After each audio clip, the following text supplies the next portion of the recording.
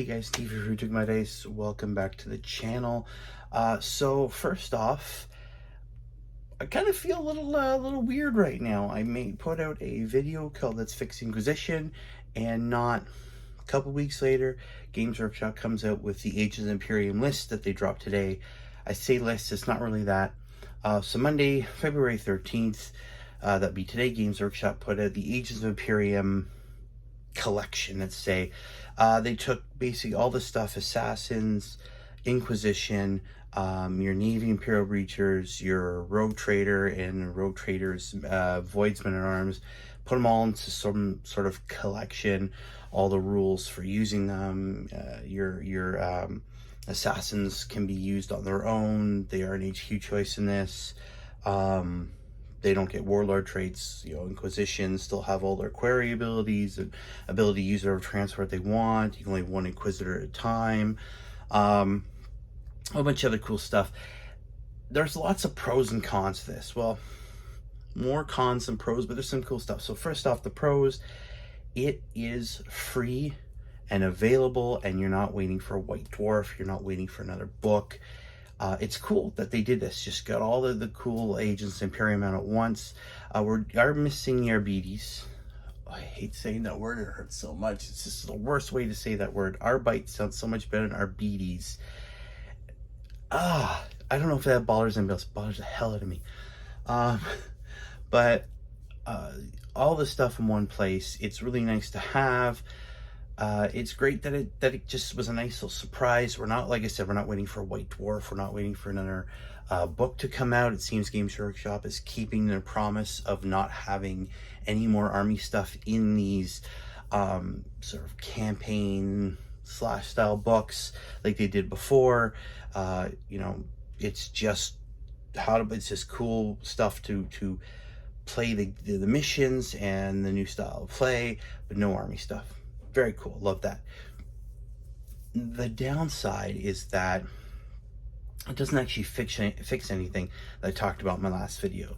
In fact, it's actually curtailed it even a bit more. There's no warlord traits. There's no stratagems. There's no relics.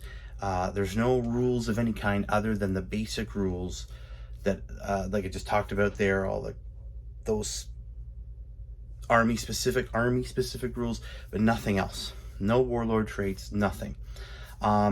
You can use them, but you still can't really build an army and everything. It's cool that you have the Imperial Breachers. They're a troop choice. You have the Voidsmen at Arms. They're a troop choice, which is really cool, but they only count as troops, like an actual recognized troop choice, if you have the Navis Imperialis keyword, which only the boarding party, the Breachers and the Voidsmen Arms and the have, as well as the Rogue Trader. However, the Rogue Trader does not count as a required choice. So it's an HQ choice. It's got its own mini sort of command squad, but it does not count as an HQ choice. So unless you're playing something like boarding actions, which doesn't require an HQ choice, so you can take a whole as many Voidsmen at Arms and Navy Breachers as you want within that 500 point limit. You can't actually make an army out of still. The Inquisition is its own thing. The Assassins are their own thing. Again, these are a lot of choices you're going to add to other armies, but you're not actually going to build your own army. So that having troop choices doesn't actually solve anything, because they don't belong to Inquisition. You can't use them that way. So that's disappointing. So overall, it's really, really cool that this stuff came out. It's really, really cool that it's free, available to everyone, but it's just a collection of all the stuff from the books, which is what it was intended to be. This was never meant to be a fix, but it is still a bit disappointing. Hopefully, in the fullness of time, we'll see an Inquisition army come out, like I described in the last video, maybe with Assassins thrown into it and bring in all this other stuff. I'd actually love to see an Imperial Navy force, right? So where you have Voidsman at arms and Imperial Navy breachers. I'd love to see, you know, a Navy captain up there, his bridge staff, stuff like that. A way of having all these different sort of Imperial Navy forces, because I mean these things are fighting on the ships. Yes, Space Marines fight on there, and Guardsmen can fight in these boarding actions and even bigger battles, but Imperial Navy ships will have these teams on them, and they'll have other teams. It'd be great to see something that list created and filled out as well.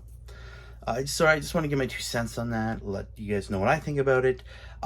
Let me know what you think. Is this something that, I mean, are you happy that it came out? Are you disappointed? Are you neither? As always, guys, keep rolling those dice, and I will see you later. Bye.